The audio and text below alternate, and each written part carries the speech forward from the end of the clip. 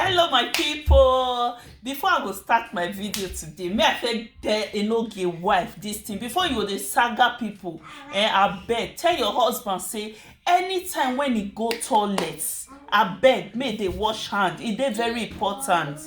Tell am make they wash hand. E go dey on video, e go dey on live video. This your husband, e go toilet, e no go wash hand. Abeg tell your husband say e dey very important make they wash hand anytime when e go toilet. Your husband first do this thing inside last year. Your husband dey Enogie. He first do that thing inside last year or early this year. I think that was last year December or I think. He go toilet for live video. Akmohoho, all of us dey look am. He go toilet, your husband no wan wash hand. He still do this thing today, this afternoon, this afternoon, Saturday. Enogie go toilet, Enogie no wash hand. He use the same hand he take clean him bum. He take carry tissue take clean bum. Even though you no use soap take wash your hand, my brother, try dey use water take wash that hand, that dirty comot for your hand. Priceless. Before you the Saga people, tell your husband make they wash hand after toilet. E dey very important for you the Saga people. I know say nobody go dey see make people dey talk to him husband anyhow wey go like am, but at least tell your husband make they do the right thing at the right time.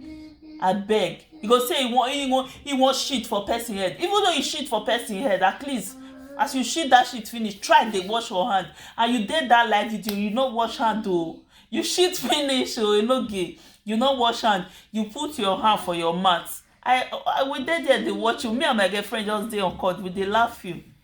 So priceless, tell your husband make they wash hand. So let's go and start our video. Una too much. Hello my wonderful people, welcome back again to our channel, Commenters Analyzer TV. Yes, so we don't carry another ogbonge matter come again, my amazing people. Saga continue. Saga regarding no be small, my people. My people, where we dey today, where we for the read comment today. We dey Enogie wife comment section today, where she for drop this post say 4 children 3 men go still dey talk if better person dey talk.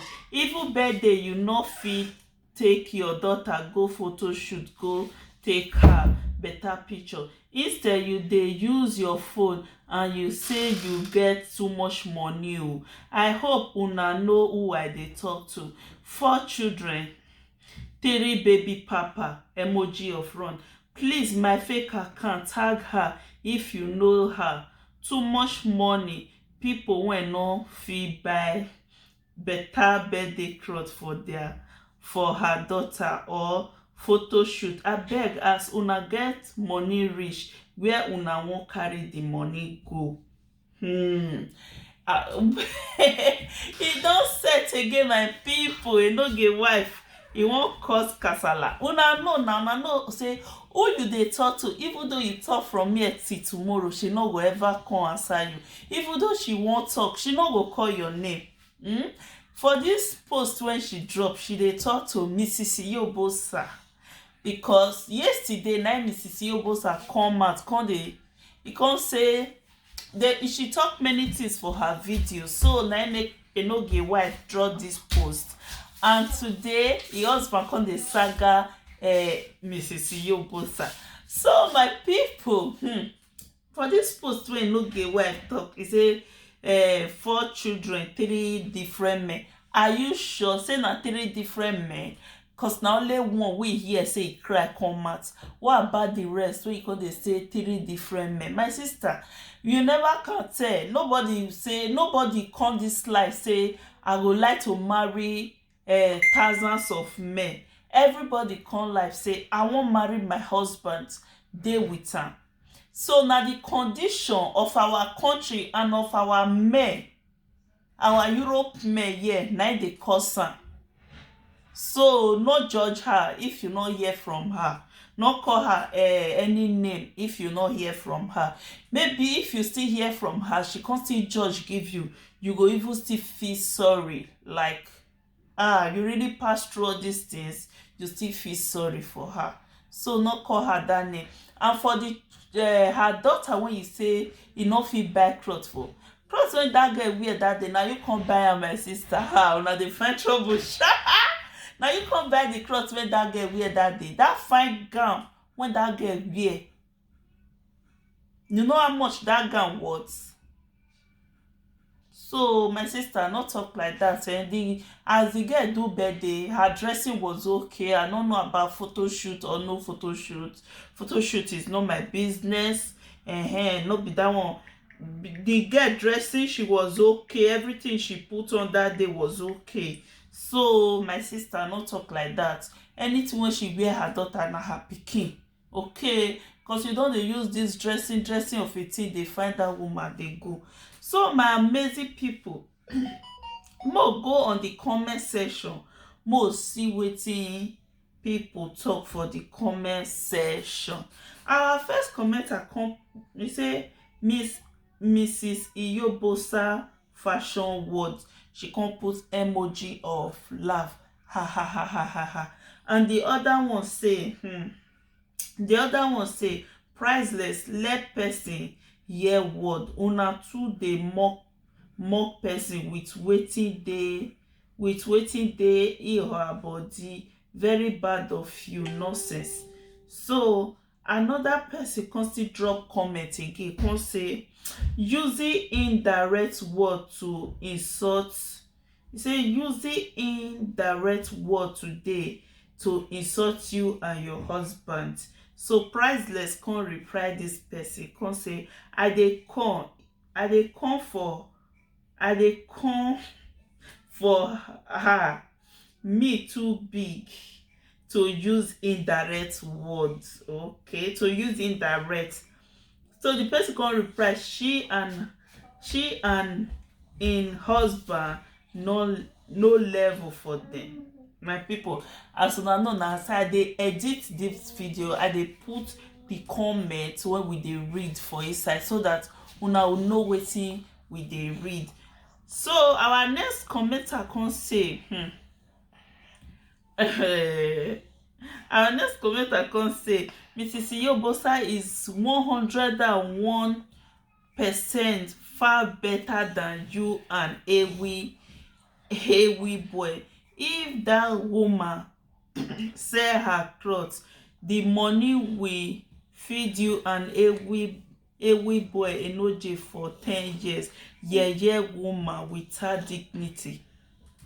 So somebody come reply her say, which clothes or muscle, those cheap China clothes, wetin that woman gets. Na too dey find trouble, my people. Na too dey find trouble. Any at least she dey dress at all. She dey dress. People dey see her. People dey admire her dressing. She's better than people wey not just dey wear at all, when they abeg. So let's take our next comment. Our next commenter come say. Our next commenter come say 4 children, 3 papa dem 4 children, 3 papa dem go come dey advise people wey better pass dem, aka me. Na me dress pass, no be small. So our next commenter come say always using indirect words to people. I never noticed that one, sha. Yeah, you are right. She dey use indirect word. She no wan call person name. Na make her dey use indirect word. So our next commenter come say she dey talk to suburban gang, Mrs. Okay. You no get why person don talk to you now, don answer you, say e no dey talk to you. She dey talk to suburban gang, e no talk to you. So our next commenter come say foolish Miss Iyobosa fashion word. And our next one can say, my people, na no na people na say, please make una teach me how to tag people. Make a for the tag people. Okay, may I for the tag people na should be one right. And our next comment I can say, miss, okay, Iyobosa, some collect sense from here. So our next comment I can say, we all know who they investigate for. They invest for both straight and makeup now. So our next comment I can say, Rita now 4 children where one day wow. So basically reply say, it is not Rita na Mrs. Iyobosa. Rita only have 3 children, not 4. Now wow, people with their math. Our commenters, I too like una too dey try when it comes to comments. The way una take dey give person gbasgbos, e dey sweet for body well, my amazing people. So my amazing people, how una see this video? I hope una enjoy the video. Please, my amazing people, no fail to subscribe. And before I go say more una subscribe, may I still give Enogie this small message. Enogie, today I still dey like video again. Then you still go shit, you no still go wash your hand. Enogie, abeg, as you dey shit, abeg, I take God beg you, try as you dey poo. May I still use good word, that shit get as e be for here. As you dey poo Enogie, try make you dey wash your hand. Even though you no use soap, wash your hand. You dey camera. The last time, that was I think inside last year, you do that thing. You go toilet finish for your live video, you go toilet finish, you no wash your hands. You still do am today again, Enogie, you still go toilet, you no wash hand.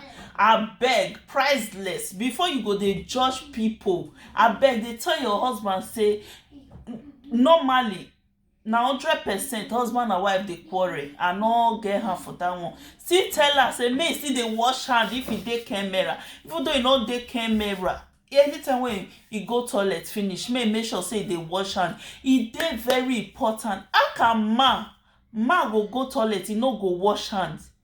The thing dey irritate me. Na so you first do inside last year. Everybody dey write you, Enogie, abeg wash your hand. Enogie, abeg wash your hand. You go toilet, you no go wash hand. Again, you still do am today.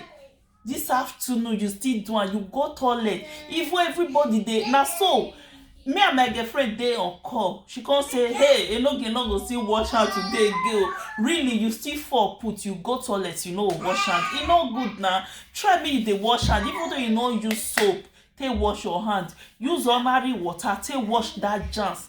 Hand wey you take carry tissue take clean your bum, abeg try make you dey wash the germs comot for your hand before you go carry all those pretty children wey God take bless you. Wetin you just go toilet, you no go fit wash hand? My people, abeg, I leave this one for now. Una no fail to drop una comment, and please share this video if you can share this video. God bless you. I know you guys can share it. Please share. Help me to share this video. God bless you. Please, if you know say you never subscribe to this channel, don't fail to subscribe on your notification bell in case whenever I drop any video, una will receive the video bang bang. God bless you, my amazing people. I love you from Commenters Analyzer TV. See you on my next video. Bye.